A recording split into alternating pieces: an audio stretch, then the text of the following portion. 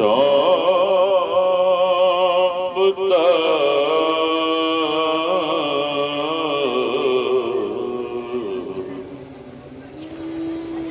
क्या लगेगा मोर तेरा तुझको सौंपता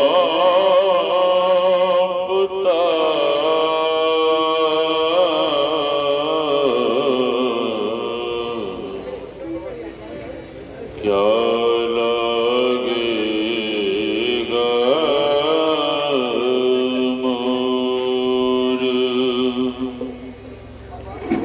आसन पर आसीन परमाराध्य सद्गुरु महाराज के युगल चरणों में कोटि कोटि नमन। इस पावन मंच पर विराज रहे पूज्य संत चरण, इस ज्ञान यज्ञ में पधारे हुए पूज्य गुरुजन, सत्संग प्रेमी महानुभावों, माताओं एवं भक्तिमती बहनों, आप सबों के भीतर विराज रहे परमात्मा स्वरूप आत्मा को हम वंदन करते हैं। सिया राम में सब जग जानी, करो प्रणाम जोरि जुग पानी। यही भाव लिए हम आप सत्संग ज्ञान रूपी गंगा में अवगाहन कर अपने तन, मन और अंतःकरण को शुद्ध तथा पवित्र बनावें। अभी हम आप संत महापुरुषों के मुखारबिंद से ज्ञान की अच्छी अच्छी बातों को श्रवण कर रहे थे। हम आप अभी सत्संग की महिमा के संबंध में श्रवण कर रहे थे।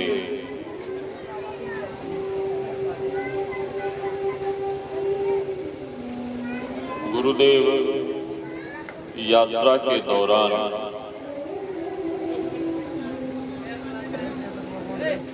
कहीं जा रहे थे सत्संग कार्यक्रम में। स्टेशन पर कुछ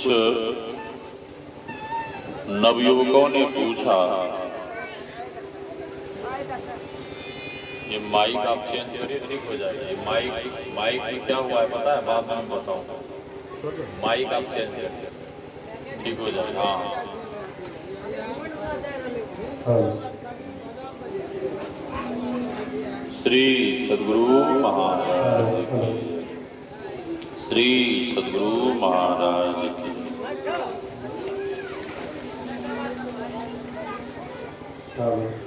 लोगों ने गुरु महाराज से पूछा कि आप जो इतना सत्संग करते हैं, सत्संग करने से क्या मिलता है? आप जो इतना सत्संग करते हैं, सत्संग करने से क्या मिलता है?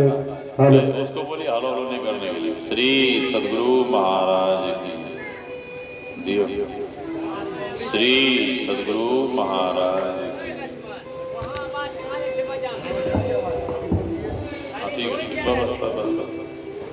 श्री सद्गुरु महाराज की जय।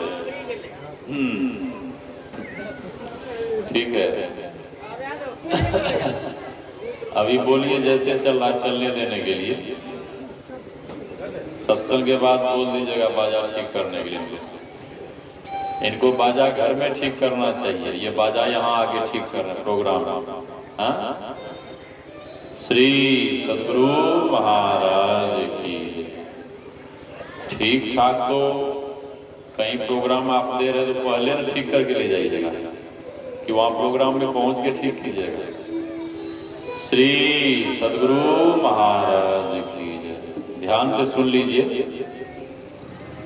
बाजा मेरे अनुकूल नहीं है, फिर भी मैं सुनाने का प्रयास करूंगा गुरु महाराज की कृपा से।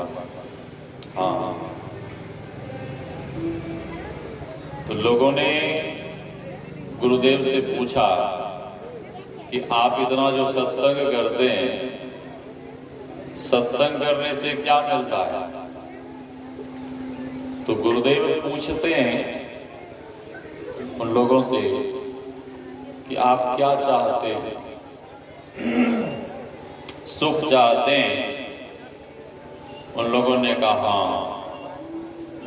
मेरे तरफ घुमाइए, मेरे तरफ, साउंड को मेरे तरफ घुमाइए। हाँ हाँ, श्री सदगुरु महाराज। उन लोगों ने कहा हाँ, सुख चाहता हूं। हर कोई सुख चाहता है, हर कोई सुखी रहना चाहता है, सुखी होना चाहता है। जीवन में समृद्धि चाहते हैं। उन लोगों ने कहा शांति चाहते हैं, हाँ, यश चाहते हैं, कीर्ति चाहते हैं। सभी लोगों ने कहा हाँ हाँ हाँ हाँ कहते गए। गुरुदेव अंत में कहते हैं यह सब कुछ सत्संग से मिलता है, यह सब कुछ सत्संग से मिलता है। सीटी को बंद करिए। श्री सदगुरु महाराज की। यह सब कुछ सत्संग से मिलता है। सत्संग कार्यक्रम में गुरुदेव पधारे। कुछ बदमाश लोगों ने आपस में कहना शुरू किया कि मेही बाबा धर्म का बहुत प्रचार कर रहे हैं, सत्संग का बहुत प्रचार कर रहे हैं, और सत्संग का इतना प्रचार प्रसार हो जाएगा तो ये चोरी डकैती सब बंद हो जाएगा। हाँ, तो क्या करें भाई? तो उन बदमाश लोगों ने विचार किया कि ऐसा करो कि मेही बाबा का ही काम तमाम कर देते हैं, और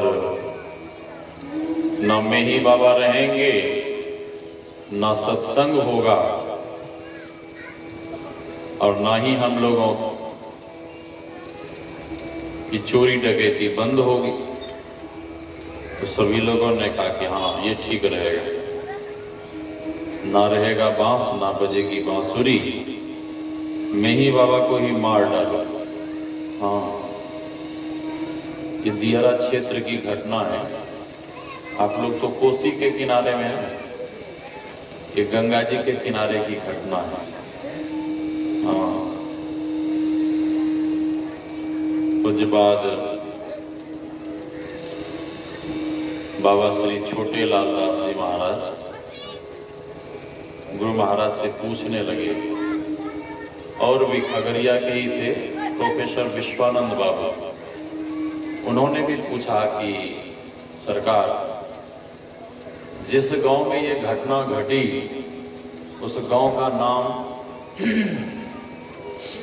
हम लोग अभिनंदन ग्रंथ में देना चाहते हैं। तो गुरु महाराज कहते नहीं, उस गांव का नाम मत देना। क्यों? इसलिए कि जब तक ये धरती रहेगी तब तक मेरे अभिनंदन ग्रंथ को लोग पढ़ेंगे, और नाम तो दे दोगे लेकिन उस गांव वाले को सभी लोग हे दृष्टि से देखेंगे, गलत दृष्टि से देखेंगे, इसलिए नाम मत देना। संत लोग दुख सह लेते हैं, कष्ट सह लेते हैं, अपशब्द सह लेते, अपमान सह लेते, सारी पीड़ा सारे दुखों को सह लेते, लेकिन जो पहुंचे हुए संत होते हैं वो किसी को दुख नहीं देना चाहता, किसी को दुखी नहीं करना चाहता।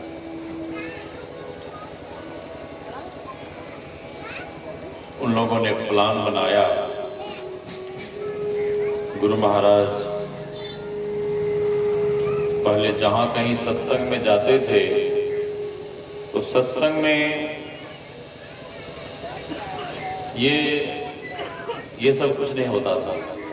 पांडाल जो बनता था, पांडाल संठी नहीं होती, संठी पटुआ, हाँ, और ये मनिजरा कसाल जो होता है, बस इसी का वो छप्पर वो टाट जैसा बना के टांग दिया जाता था।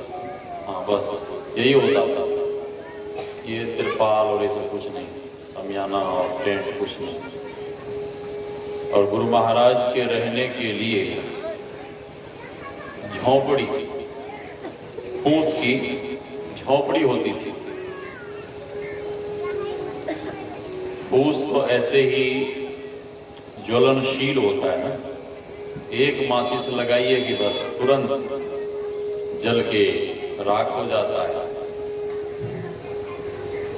गुरु महाराज झोंपड़ी के भीतर विश्राम कर रहे थे और अर्धरात्रि के समय वे बदमाश लोग गए, चोर लोग, पेट्रोल लेकर, गैलन में भर भर कर पेट्रोल लेकर गए, मिट्टी का तेल लेकर गए, पूरी कुटिया पे पेट्रोल मिट्टी का तेल छिड़का, पूरी कुटिया पे चारों तरफ। उसके बाद कुटिया के द्वार को बंद कर दिया बाहर से, हाँ, द्वार बंद कर आग फूंक दिया, झोंपड़ी में आग फूंक दिया। अब धू धू कर झोंपड़ी जलने लगी और वे लोग इस ताक में खड़े थे कि कहीं मेही बाबा भागेंगे तो हम लोग उनका कत्ल कर देंगे, मार डालेंगे। कुटिया जब धू धू कर जलने लगी, उन बदमाश लोगों को लगा कि अब मेही बाबा बाहर नहीं आ पाएंगे, और हल्ला हो गया कि गुरु महाराज की कुटिया में आग लग गई। सभी लोग दौड़े, वे बदमाश लोग वहां से भाग गए वहां से। सुबह हुआ, सुबह जैसे ही सत्संग का समय हुआ, सत्संग प्रारंभ हो गया। उन बदमाश लोगों के मन में हुआ कि चलो चलकर देखते हैं कि मेही बाबा का सत्संग कैसे हो रहा है। हाँ, मेही बाबा को तो हम लोगों ने मार दिया, अब देखते हैं कि सत्संग कैसे होगा।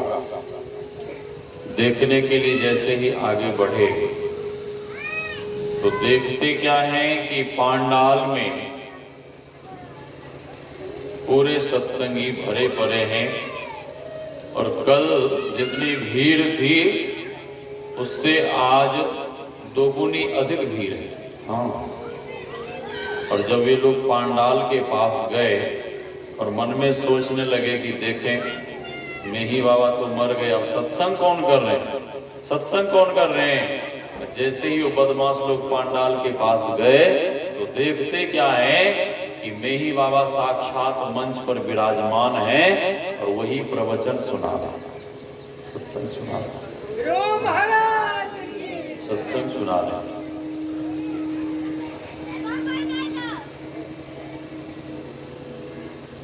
ये बाहरी सत्संग है, बाहरी सत्संग। गुरुदेव ने कहने की कृपा की है, धर्म कथा बाहर सत्संगा, अंतर सत्संग ध्यान अभंगा। आंतरिक सत्संग क्या है? ध्यान। और ध्यान क्या केवल गुरुदेव ही करते थे? क्या केवल गुरु महाराज ने ही ध्यान किया है? नहीं, जितने ऋषि मुनि हुए, जितने संत महात्मा हुए,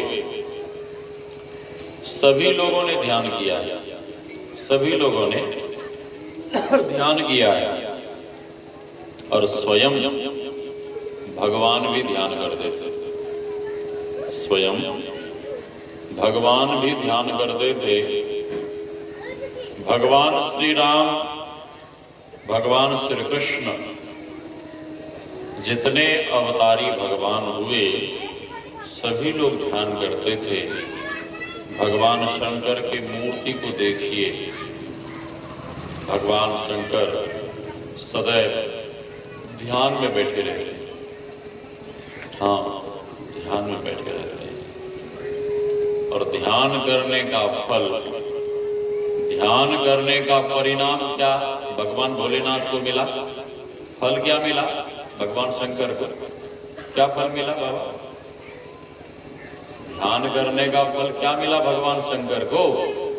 ध्यान करने का यह फल मिला भगवान शंकर को कि भगवान भोलेनाथ को तीसरा नेत्र प्राप्त। हाँ, उघरहि विमल विलोचन ही के, मिटहि दोष दुख भवरज नीके, सूझहि राम चरित मनि मानिक, गुप्त प्रगट जहां जो जेहि हानिक। साधक जब खूब मुस्तैदी के साथ ध्यान करता है तो साधक को दिव्य दृष्टि की प्राप्ति हो जाती है। दिव्य दृष्टि की आरती कितने बजे करनी है हमको बता दीजिए। आरती कितने बजे तक सत्संग करना बता दीजिए हमको। श्री सद्गुरु महाराज की जय। समय हमको बता दीजिए। श्री सद्गुरु महाराज कितने बजे तक बता दीजिए हमको। हाँ जी,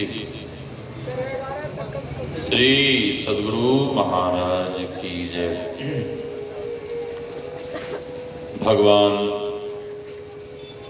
श्री कृष्ण के बारे में महर्षि व्यास भगवान ने श्रीमद् भागवत महापुराण में लिखने की कृपा की है और उसी पावन श्लोक को हमारे गुरुदेव ने सत्संग योग में लिखने की कृपा की। ब्राह्मे मुहूर्ते उत्थाय वायुर्पस्पृश्य माधवः दध्यो प्रसन्न कर्णम आत्मानं तमसः परम।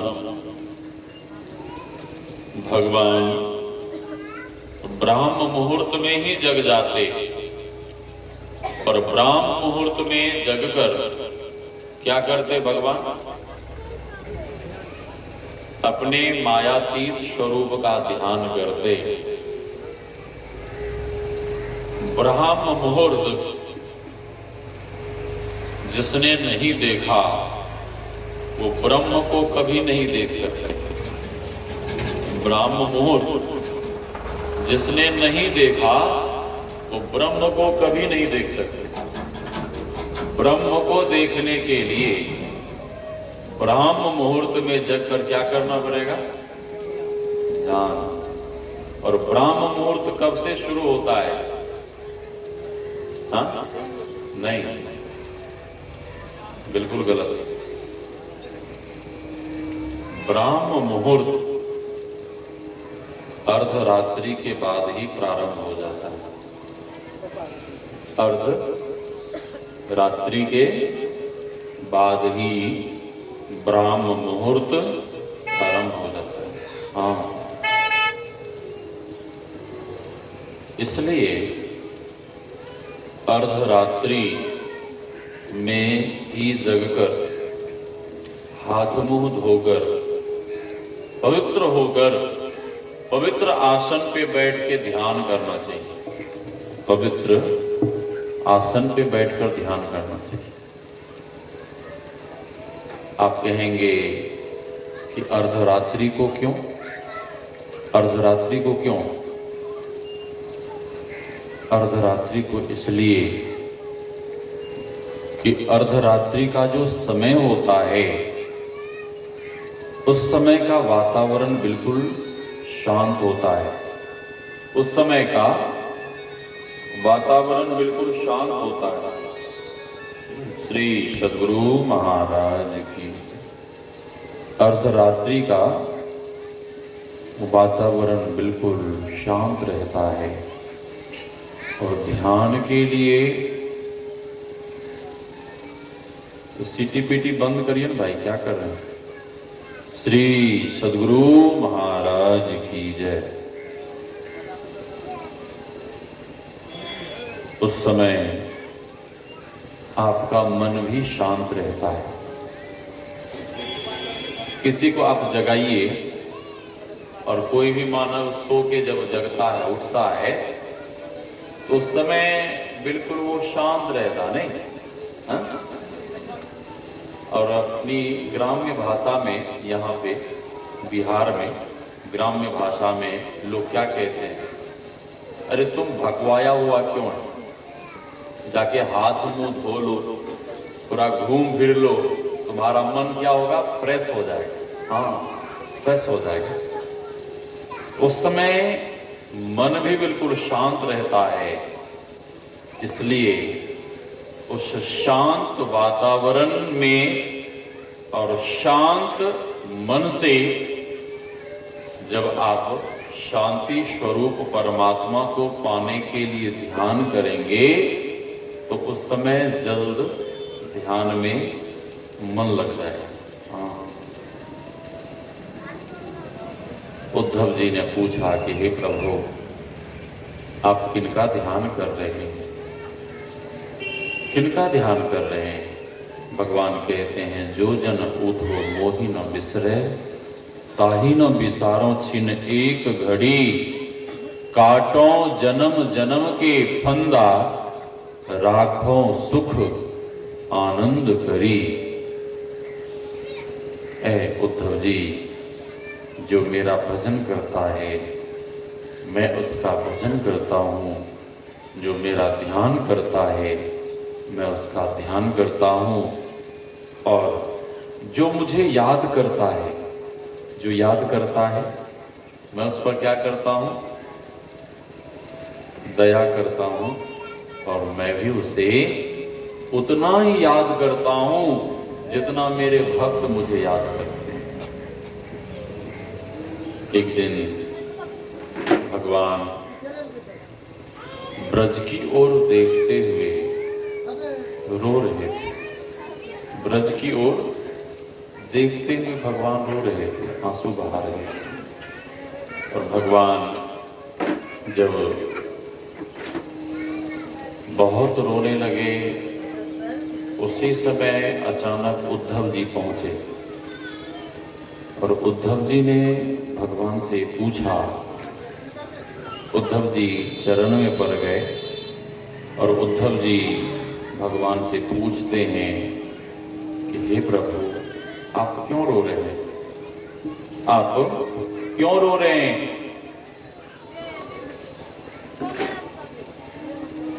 भगवान कहते हैं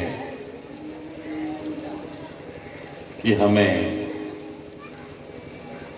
ब्रजवासियों की बहुत याद आ रही है, इसीलिए मैं रो रहा हूँ, इसीलिए मुझे रोना आ रहा है। ऐसी क्या बात है प्रभु? भगवान कहते हैं, उद्धो मोहि ब्रज बिसरत नाही। ऐ उद्धव जी, मुझे ऐसा लगता है कि ब्रजवासी मुझे याद करते होंगे, मेरी याद में वे रोते होंगे, इसीलिए मुझे भी रोना आ रहा। बात बिल्कुल सही है। आपका मित्र, आपका पुत्र, आपकी बेटी या आपकी पत्नी बहुत दूर कहीं है और वहां वो रो रहे, आपको भी अनायास रोना आएगा। आपको समझ में नहीं आएगा कि हमें रोना क्यों आ रहा है, हमें रोना क्यों आ रहा है, समझ में नहीं आएगा। जब उससे बात होगी, जब बात होगी तब वो आपसे कहेगा, अरे मैं तो आपको याद कर बहुत रो रहा था, मैं आपको याद कर बहुत रो रहा था। आवाज ऐसे क्यों आ रही है?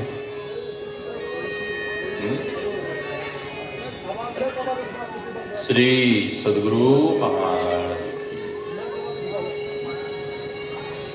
कहीं भी सत्संग कराइए, हमको खाने के लिए मत दीजिएगा, ठीक है, लेकिन बाजा बढ़िया रखिए।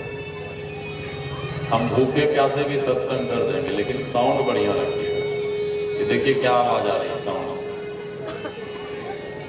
हाँ, श्री सद्गुरु महाराज की जय।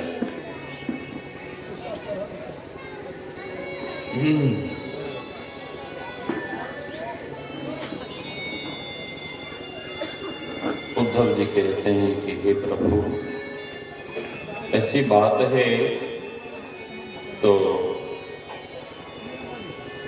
आप आदेश दीजिए, मैं अभी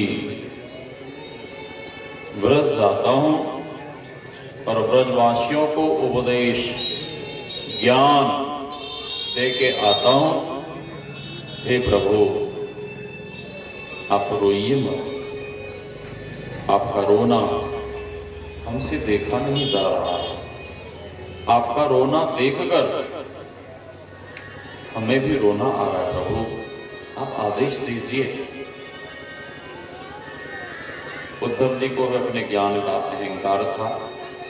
भगवान कहते हैं कि उद्धव जी, आप जरूर जाओ, जरूर जाओ, ब्रजवासियों को समझाओ, बुझाओ, उन्हें ज्ञान दो, और कहीं तुम्हारा ज्ञान मिलने से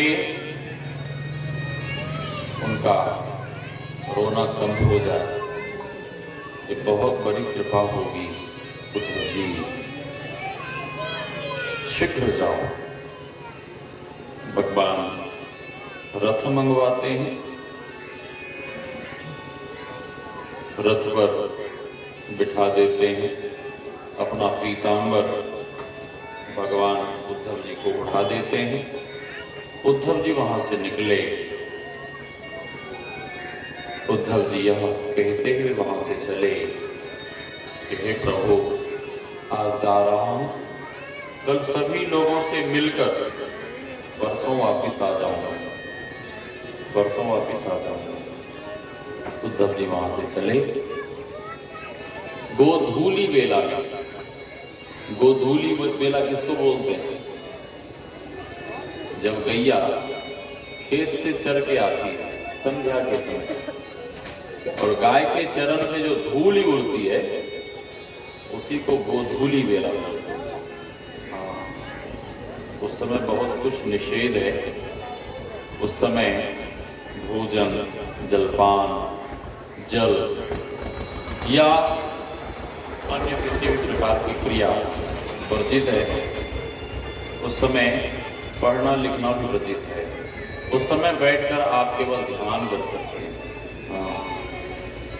उस समय उद्धव जी पहुंचे। जैसे ही ब्रजवासियों ने देखा, ब्रजवासियों को लगा कि लगता है कि मेरा कन्हैया आ गया। ब्रजवासी दौड़ पड़े, लेकिन ब्रजवासियों ने देखा, रे ये कन्हैया नहीं, ये तो कन्हैया का भेजा हुआ कोई सखा है, मित्र है। उद्धव जी रथ से नीचे उतरे, और जैसे ही रथ से नीचे उतरे तो उद्धव जी ब्रजवासियों से पूछते हैं, ऐ ब्रजवासियों, नंद बाबा और यशोदा मैया का महल किधर है? नंद बाबा और यशोदा मैया का महल किधर है? पूछते ही ब्रजवासी के नेत्र सजल हो गए, आंखों में आंसू आ गए और ब्रजवासियों ने कहा, ऐ उद्धव जी, जब से श्री कृष्ण ब्रज को छोड़कर गया है, तब से किसी भी यात्रियों को, किसी भी नए अतिथियों को नंद बाबा और यशोदा मैया के महल का पता नहीं पूछना पड़ता। ब्रजवासियों ने कहा, ऐ उद्धव जी, ये नदी देख रहे हो? हाँ, इस नदी के किनारे किनारे चले जाओ। इस नदी का जहां अंत होगा, समझ लेना कि वही नंद बाबा और यशोदा मैया का महल है। नदी का अंत नहीं होता है, नदी का अंत नहीं होता है। गंगा जी इधर आइए ना, गंगा जी का अंत नहीं है। बड़े बड़े साइंटिस्ट गए खोजने के लिए, रिसर्च करने के लिए। कहाँ? गोमुख, गंगोत्री, और जहां से गंगा जी की धारा निकलती है वहां बहुत छोटी धारा है, बहुत छोटी, लेकिन इधर देखिए कितना विस्तार हो जाता है। हाँ, साइंटिस्ट, वैज्ञानिक रिसर्च कर हार गए, लेकिन आज तक पता नहीं लगा पाए ये गंगा जी का उद्गम स्थान कहाँ है। हाँ, कहां से निकल रही है पता नहीं लगा पाए। उद्धव जी को हैरानी हुई, उद्धव जी को आश्चर्य हुआ, और उद्धव जी ने पूछा, इस नदी की विशेषता क्या है? इस नदी की विशेषता क्या है? ब्रजवासियों ने कहा, ए उद्धव जी, इस नदी में जो आप जल देख रहे हैं, ये कोई साधारण जल नहीं है। फिर ब्रजवासियों ने कहा कि जब से श्री कृष्ण ब्रज को छोड़कर गया, तब से नंद बाबा, यशोदा मैया, ब्रजवासी, ग्वाल वाल सखा इतने रोए कि आंसुओं की नदी बह गई, आंसुओं की नदी बह गई। तब तो उद्धव जी का भी शरीर बिल्कुल कांटा जैसा हो गया, और इतना सुनने के बाद उद्धव जी की भी आंखों में आंसू आ गए कि क्या कोई अपनों के लिए इतना रो सकता है? इतना रो सकता है? उद्धव जी वहां से धीरे धीरे आगे बढ़े। जब आगे बढ़े तो ग्वाल वाल सखाओं ने उद्धव जी को देखा। उद्धव जी को देखकर ग्वाल वाल सखा को भी लगा कि मेरा कन्हैया आ गया। सभी लोग हल्ला गुल्ला करना शुरू कर दिए, कन्हैया आ गया, कन्हैया आ गया, कन्हैया आ गया।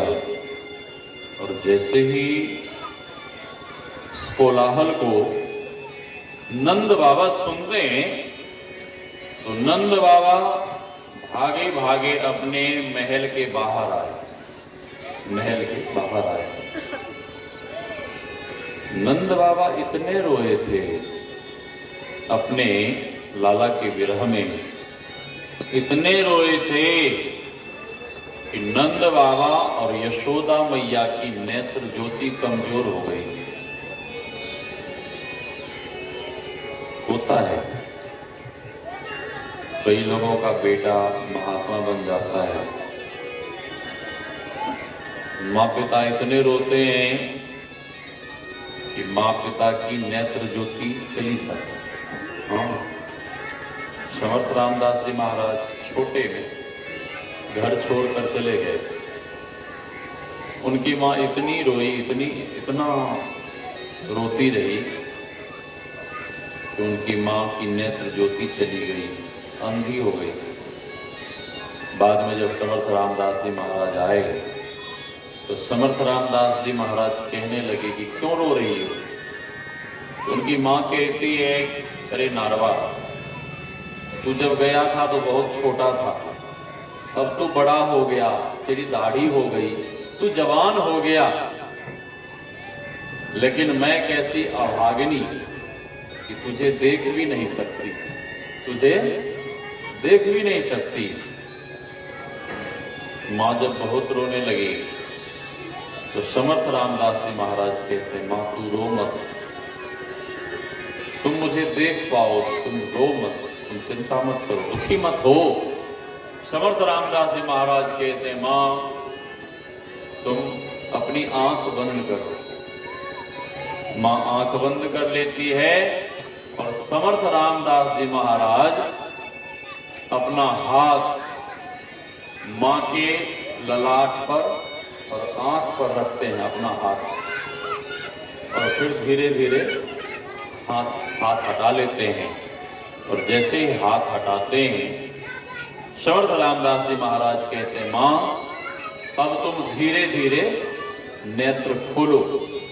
और जैसे ही उनकी माँ अंधी थी ना, जैसे उनकी माँ धीरे धीरे आंख खोलती है तो जैसे पहले पूर्व में स्वस्थ आंख थी, वैसे ही फिर दोबारा से स्वस्थ आंख उनकी हो गई।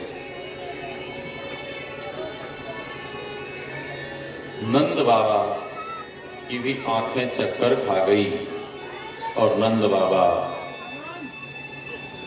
जब पास गए तो नंद बाबा ने देखा कि मेरा कन्हैया नहीं है, ये तो मेरे कन्हैया का भेजा हुआ कोई सखा है, कोई मित्र है।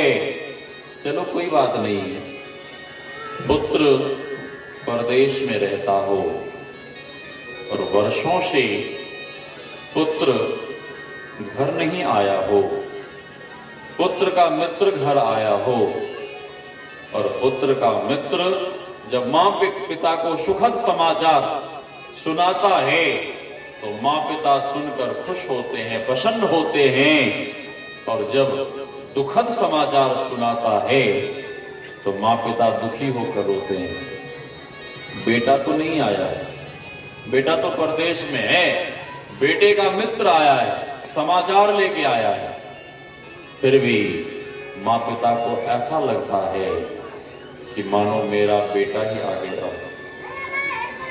नंद बाबा उद्धव जी को भवन के अंदर ले गए, बैठने के लिए आसन जड़ सब। संध्या का समय था, भोजन तैयार हुआ, सभी लोगों ने भोजन ग्रहण किया। मैया बाबा उद्धव जी को घेर कर बैठ गए और नंद बाबा पूछते हैं कि ए उद्धव, मेरा लाला, मेरा कन्हैया वहां आनंद से है? माँ पिता किसी भी स्थिति में रहे, माँ पिता किसी भी स्थिति में रहें, किसी भी परिस्थिति में रहें, चाहे उनके सर पे दुख का पहाड़ क्यों नहीं आ जाए, माँ पिता को अपनी चिंता नहीं रहती है। माँ पिता को किनकी चिंता रहती है? अपने पुत्र की। हमें कितना भी दुख हो जाए, लेकिन हमारा लाल, हमारा पुत्र सुखी रहना चाहिए, खुश रहना चाहिए, प्रसन्न रहना चाहिए, हमें चाहे कितना भी कष्ट हो जाए। यशोदा मैया पूछती हैं कि ए उद्धव, क्या मेरा लाला कभी मुझे याद भी करता है? क्या कभी मुझे याद करता है? उद्धव जी कहते हैं, गरी मैया तू कैसी बात कर रही है, तेरा लाला तो तुम लोगों को याद कर रोज रोता है, आंसू बहाता है, हाँ, दुखी होकर रोता है। और जैसे ही मैया सुनती है कि मेरा लाला मुझे याद कर रोता है, आंसू बहाता है, तो मैया भी जोर जोर से रोने लगती है। बहुत सारी वार्ता हुई और श्री कृष्ण की भगवान की चर्चा करते करते सारी रात बीत गई। कब प्रभात हुआ किसी को पता भी नहीं चला। चिड़ियों के चहकने की आवाज आने लगी। सवेरा हो गया, सारी रात बीत गई और किन्हीं को भी समय का पता नहीं चला कि सारी रात कैसे बीत गई। हम आप जब स्तुति प्रार्थना करते हैं, हम आप जब ध्यान भजन करते हैं, तो हम आप घड़ी को देखते हैं, हम आप समय को देखते हैं। क्या ऐसे में भगवान मिलेंगे? श्री सद्गुरु महाराज, क्या ऐसे में भगवान मिलेंगे? नहीं। स्तुति प्रार्थना इस तरह से होनी चाहिए कि आप अपने ईश्वर का, परमात्मा का यशगान गुणगान करते हुए संसार के सारी बातों को भूल जाएं और परमात्मा में इतने निमग्न हो जाएं कि बाहरी संसार का कोई ख्याल नहीं रहे। ध्यान के समय आप ध्यान में इस तरह से लीन हो जाएं, इस तरह से अंतर की गहराई में चले जाएं कि बाहरी संसार का बिल्कुल भी ख्याल ना रहे। यदि बाहरी संसार का ख्याल है, बाहरी संसार का चिंतन भीतर में चल रहा है, बाहरी बातों को आप यदि भीतर में